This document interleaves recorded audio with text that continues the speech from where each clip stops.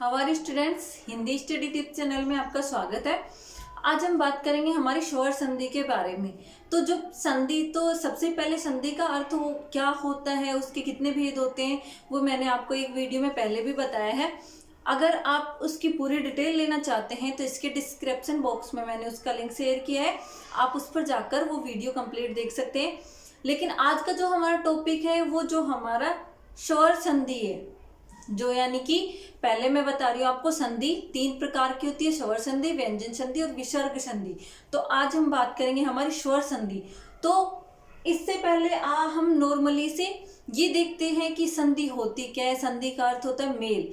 Mail किसका? 2 शब्दों का या 2 वर्णों का। जब 2 शब्दों या 2 वर्णों का मेल होता है तो उसमें 2 मात्राओं का मिलन होता है और उससे एक विकार उत्पन्न होता है, वही हमारी संधि कहलाती है। और जब हम उन दोनों को अलग करते हैं तो वो होता है हमारा विच्छेद। तो आज हम बात करेंगे हमारी स्वर संधि, यानी कि जो सबसे पहली जो संधि थी उसके क्या होता है और उसके कितने भेद होते हैं उसके बारे में। तो स्वर संधि, सबसे पहले इसका अर्थ जानना जरूरी है कि स्वर। तो स्वर सभी को पता है कि स्वर हिंदी में 11 होते हैं और इंग्लिश में 5 होते हैं। तो जो हिंदी की बात कर रहे हैं तो हिंदी के जो 11 स्वर हैं हमारे, उन्हीं से ही स्वर संधि का निर्माण होता है। स्वर से स्वर के मेल से जो विकार उत्पन्न होता है, स्वर संधि उसके नाम से ही पता लग रहा है, नहीं, स्वर से स्वर का मेल जहाँ पे होता है, वो चाहे ह्रस्व का दीर्घ से हो या दीर्घ का ह्रस्व से हो, या दीर्घ का दीर्घ से हो या ह्रस्व का ह्रस्व से हो, ऐसा जहाँ पे मेल होता है वही क्या कहलाती है? हमारी स्वर संधि। इसमें कहीं भी व्यंजन का नाम नहीं है, यानी कि स्वर का ही मेल है। इसके 5 भेद हमारे सामने होते हैं। तो सबसे पहला जो भेद हमारा आता है वो है दीर्घ संधि। नाम से ही पता लग रहा है दीर्घ। स्वर 3 प्रकार के होते हैं, ह्रस्व, दीर्घ और प्लुत। तो ह्रस्व स्वर क्या होता है? ह्रस्व स्वर जिसको बोलने में कम समय लगता है, दीर्घ स्वर जिसको बोलने में ह्रस्व से दुगना समय लगता है, और प्लुत स्वर क्या होता है? जिसमें दोनों से तिगुना समय लगता है, यानी ह्रस्व से तिगुना समय लगता है, उसको हम प्लुत स्वर कहते हैं। तो ये बात करेंगे हम जब हमारे वर्ण विचार पर बात करेंगे। अब हम बात करें दीर्घ संधि। ये मैंने आपको अच्छे से समझ में आ जाए इसलिए मैंने थोड़ा सा आपको डीपली बताया है। दीर्घ संधि, दीर्घ संधि में क्या होता है? ह्रस्व स्वर का या तो ह्रस्व से मेल होता है या ह्रस्व स्वर का दीर्घ स्वर से मेल होता है। तो दोनों में क्या होता है? वो जो बनने वाला जो वर्ण होता है वो दीर्घ ही बनता है, यानी कि ह्रस्व। जैसे हमारे सामने ए है और इसके साथ में हम क्या करेंगे? कोई भी स्वर का मेल करेंगे, यानी कि ए को ऐसे मिलाएंगे तो भी क्या बनेगा? आ। और अगर आ प्लस आ तो भी क्या बनेगा? आ। अगर एक ह्रस्व है और एक दीर्घ है तो भी क्या बनेगा? आ। यानी कि इस तरीके से जहां पे ह्रस्व स्वर ह्रस्व से मिलेगा तो भी दीर्घ बनेगा, और दीर्घ स्वर दीर्घ से मिलेगा तो भी दीर्घ ही बनेगा, और ह्रस्व स्वर अगर दीर्घ से मिलेगा तो भी क्या बनेगा? दीर्घ। यानी यहाँ पे दीर्घ वर्ण का निर्माण होगा, यही इसका मूल नियम है। इसी तरीके से हम ई प्लस ई भी कर सकते हैं, तो क्या? बड़ी की मात्रा, यानी कि ऐसी वाली मात्रा, और ये होगी हमारी आ की मात्रा। इसी प्रकार एक तरफ छोटी ई है, दूसरी तरफ बड़ी ई, तो भी क्या बनेगा? बड़ी ही मात्रा का निर्माण होगा। यानी कि जहां पे हमें दीर्घ स्वर नजर आए, ह्रस्व के मेल से या दीर्घ के मेल से या दीर्घ या ह्रस्व के स्वर के मेल से, ऐसे जहां पे भी हमें 2 स्वर हमें मिले और जहां पे दीर्घ वर्ण का निर्माण हो, दीर्घ स्वर का निर्माण हो, वही हमारी दीर्घ संधि कहलाती है। एग्जाम्पल के लिए मैं आपको बता रही हूं,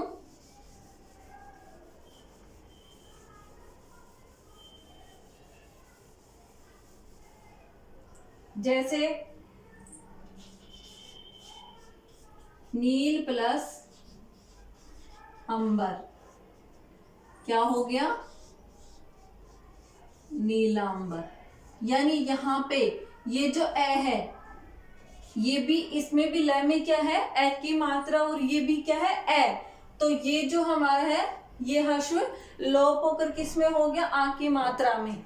तो ये हो गया हमारा दीर्घ संधि। इसी प्रकार से हिम प्लस आलय क्या बन गया, हिमालय। इसी तरीके से हिमालय, विद्यालय, ये सारे जहां पे ऐसे एग्जाम्पल आपके सामने आते हैं वो होती है हमारी दीर्घ संधि। इसी के साथ मैं आपको एक बात और बताना चाहती हूं, अगर आपको कोई भी चीज अच्छे से समझनी है तो उसके बारे में पूरे डिटेल से देखना बहुत जरूरी होता है। अगर आपको स्वर संधि वाक्य में ही पढ़नी है और अच्छे से अगर आपको वो देखनी है कि आप चाहते हो कि वो एक आसान तरीके से आपको याद हो, तो आप प्लीज इस वीडियो को कंप्लीट जरूर देखिएगा और इसको पसंद आने पर ज्यादा से ज्यादा लाइक एंड शेयर करिएगा। अब आती है हमारी गुण संधि। क्या आती है हमारी गुण संधि। जो इसका सेकंड जो पार्ट आता है, यानी कि सेकंड भेद आता है, वो आता है गुण संधि। अब गुण संधि में क्या होता है, गुण संधि में होता है ए अथवा आ के आगे ई या ई। अब हम आ जाएंगे जो हमारे जो स्वर की जो लाइनें होती हैं, ए से लेकर और री तक, और एक होता है ए से लेकर और ओ तक। ये हमारी दो लाइनें होती हैं। तो ये जो ऊपर वाली लाइनें हैं, इनके साथ में हम कुछ जोड़ेंगे तो हमारे नीचे वाली लाइन आएगी। अब किस तरीके से आएगी वो मैं आपको थोड़ा सा बताती हूँ। गुण संधि के बारे में बात कर रहे हैं हम। दीर्घ संधि आपको मैंने समझा दी है कि जहां भी ह्रस्व या ह्रस्व स्वर का मेल हो, दीर्घ का मेल हो, या ह्रस्व या दीर्घ का मेल हो, वहां पे दीर्घ संधि का निर्माण होता है। लेकिन अब बात कर रहे हैं गुण संधि पर। अगर ए के साथ में अगर ई आती है तो ए का निर्माण होता है। अगर आ के साथ में अगर बड़ी ई आती है तो भी किसका निर्माण होता है, छोटे ए का, यानी कि इस मात्रा वाले का। ये जो मात्रा जहां पे हमें नजर आती है वहां पे कौन सी है, गुण संधि। इसी के साथ में अगर आ के साथ में ई आती है तो निर्माण होता है इसी एक का, यानी ए के साथ में छोटी ई आ रही है तो भी ए का निर्माण होता है, और ए के साथ में बड़ी ई आ रही है तो भी ए का निर्माण होता है, और अगर आ के साथ में छोटी ई आ रही है तो भी ए का निर्माण होता है। इसी के साथ आगे देखते हैं हम कि अगर ए के साथ में हमारे पास में ऊ आ रहा है, वो चाहे छोटा ऊ हो या बड़ा, तो निर्माण होता है हमारा आऊ का, जिसको हम ओ बोलते हैं। इसी के साथ में अगर हमारे पास में ए के साथ में ऊ का होता है तो होता है ओ का। अगर इसी के साथ में ए प्लस बड़ा ऊ आता है तो भी हमारे पास में निर्माण होता है हमारा ओ का, यानी कि इस मात्रा का। ये तो था हमारा ए से ई का मेल, यानी कि ए का निर्माण, और ओ का निर्माण, यानी कि ए आ के साथ में ई आती है तो ए, और ऊ आते हैं तो ओ का निर्माण होता है। अब हमारे पास में बची है इस लाइन की री। जो फर्स्ट लाइन थी उससे हम मेल कर रहे हैं, तो हमारे सामने जो नीचे वाली लाइन के हैं वो वर्ड बन रहे हैं, लेकिन दो ही बन रहे हैं, ये ध्यान रखना। अगर हमारे पास में ए के साथ में री का निर्माण होता है, जिसको हम ऋषि बोलते हैं, तो हमारे पास में अर का निर्माण होता है, यानी कि अर की मात्रा का निर्माण होता है। अब इनके कुछ एग्जाम्पल मैं आपको समझा रही हूँ, तब आपको थोड़ा अच्छे से समझ में आएगा। जैसे मैंने लिखा नर प्लस ईस, तो क्या बन गया, नरेश। यानी कि ये रे, इसमें क्या है, ए की मात्रा, इसको हम खोल के लिखेंगे ए प्लस रे प्लस ए। यहाँ पे ए आया हमारे पास में, क्योंकि जब कोई भी व्यंजन को हम खोलते हैं तो उसके साथ में स्वर की मात्रा अलग हो जाती है, तो यहाँ पे ये ए आया, इसी के साथ में ई और से प्लस ए, यानी यहाँ पे इनका मिलन हो रहा है।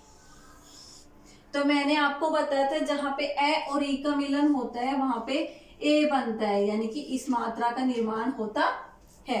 ये तो था इसका। अब मैं आपको बता रही हूं ओ का निर्माण। किसका? ओ का, कि ओ कैसे बनेगा। तो मैंने लिखा नव प्लस उत्सव, तो बना हमारा नवोत्सव, यानी कि यहाँ पे ए है और यहाँ पे उ है, तो दोनों मिलके क्या हो गया ये ओ, और ओ की मात्रा किस पर लग गई? इस पर। समझ में आया? इसी तरीके से हमारे पास में महाप्लस उत्सव आता है, तो क्या बनेगा? महोत्सव। वो था हमारा ए का एग्जाम्पल, ये है हमारा ओ का एग्जाम्पल। अब मैं आपको बता रही हूं री का, जिससे हम अर बनाएंगे। अर, री का एग्जाम्पल, कि री के साथ में ए मिलता है या आ मिलती है तो क्या होता है? अर। अब मैंने लिखा महाप्लस ऋषि,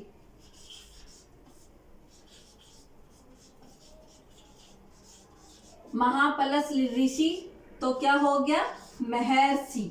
यानी यहाँ पे आ की मात्रा है तो भी अर में चेंज होगा, और ए की मात्रा है तो भी किस में होगा? ए में। तो ये हो गया महर्षि। समझ में आया? इसी प्रकार से सप्त प्लस ऋषि, यहाँ पे ए की मात्रा और ऋषि की मात्रा है तो क्या हो जाएगा? सप्तऋषि। समझ में आया? इसी तरीके से हमारा जो गुण संधि का टॉपिक था वो हमारा कंप्लीट हो गया है। अब हमारी है वृद्धि संधि, यण संधि और अयादि संधि। आपको अच्छे से ये पढ़ने के लिए आप देखिएगा मेरा नेक्स्ट वीडियो। आई होप कि आपको ये पसंद आया, तो इसे ज्यादा से ज्यादा लाइक एंड शेयर करें और मेरे इस चैनल को सब्सक्राइब करें। Thank you, have a nice day.